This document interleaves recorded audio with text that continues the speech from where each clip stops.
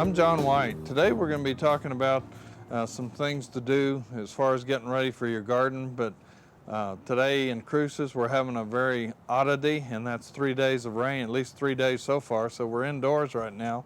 And what we want to talk about is getting some of our perennial type plants, and asparagus is one that we're going to be talking about today. So the asparagus in the bed here, as a gardener a lot of times we will buy asparagus as a crown, and this is what's called a crown. All these fleshy growth here is the roots, fleshy roots on this asparagus, and the shoots will come out of this crown area. And usually these crowns here are somewhere between 2 and 3 years old. So these are grown to a size. These are grown for nursery production, and then they're sold. We buy them at the nursery garden centers, and we plant these outdoors. We're going to cover these eventually somewhere close to 8 to 10 inches deep. We're going to start out with the trench method, where we're going to dig the hole somewhere about 18 to 24 inches deep. We'll go ahead and spread these fleshy roots out, kind of open them up, and plant this down in the hole. We're going to put about a couple inches of soil on it, go ahead and water, and then we're going to fill back in with another 2 inches of soil and another 2 inches of soil, so eventually this crown is several inches underground. And what we want here is when these spears come up through the soil, they're going to have a nice strong base on them.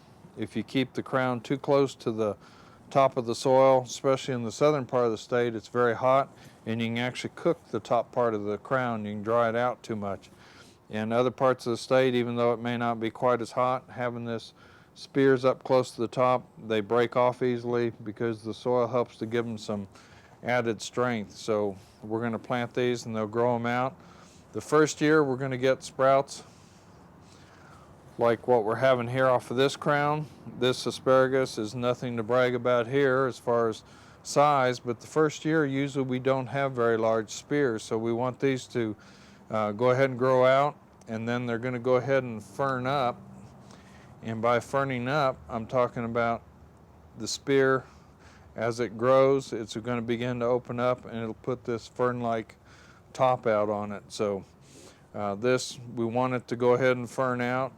As it photosynthesizes and makes food and energy, it'll move it on down into the fleshy roots and the crown here, and you'll have a much stronger crown for next year.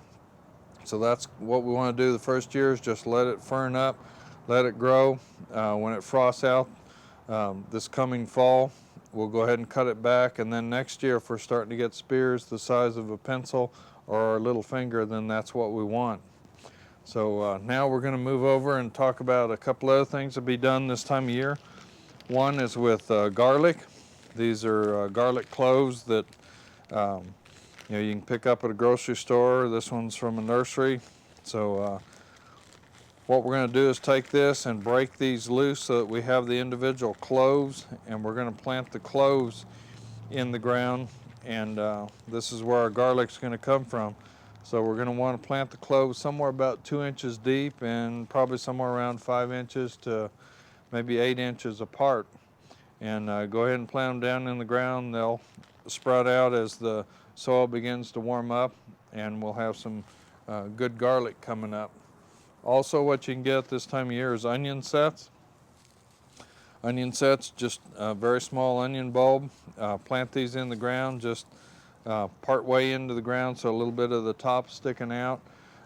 Somewhere in about 6 to 8 weeks, you'll have green scallions, so you'll have the